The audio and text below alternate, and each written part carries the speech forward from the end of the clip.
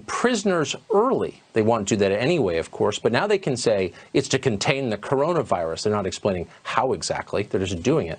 Congresswoman Ayanna Pressley wants the federal government to join in this by releasing its own prisoners. Watch.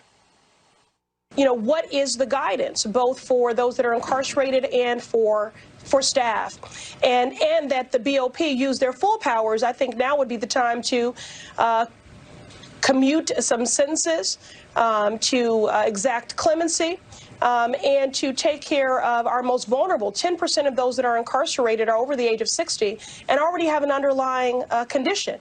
We should be using compassionate release. Notice there's no compassion for the normal people huddled in their homes, sitting there as thousands of criminals are released onto the streets. Nobody cares about them. She doesn't. That's obvious. But there's more. In many cities, authorities are actually ordering police to stop protecting the public, to stop doing their jobs. In the city of Philadelphia, police have been ordered to avoid arrests, even for significant crimes. Drug offenses, prostitution, vandalism obviously are tolerated. But now, burglary and car theft get a pass. A person could break into your home in Philadelphia and not be arrested. Imagine that. Instead, the police will just issue a summons for a later court appearance and send them on their way with a prayer that they'll show up. In Fort Worth, police will no longer make arrests for theft under $100 or for vandalism. Vandalism. In a moment when people are really on edge. In Los Angeles County, that's a jurisdiction with 9 million people living there, the sheriff's department is only arresting 60 people a day. In a jurisdiction of 9 million, that's down from 300 a day before coronavirus. All of this is exacerbating, obviously, what is a very volatile situation. Schools are closed, meaning that there are millions of teenagers with nothing to do. Most of them are good kids, obviously, but they are teenagers. And some will be troublemakers because that's what they're like. Young people. So how will they behave when they realize they can loot stores, steal cars, or trash public places without the police responding to it?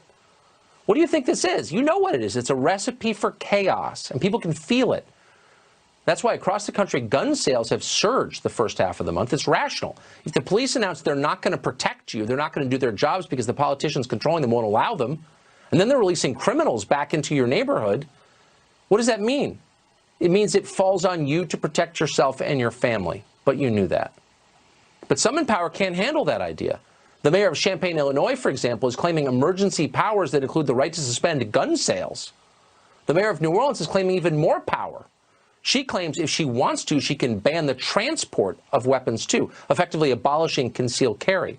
Obviously, it's tyranny, but it's deeper than that. So the government fails to protect you. It makes your life more dangerous, and then it tries to prevent you from protecting yourself. What is that?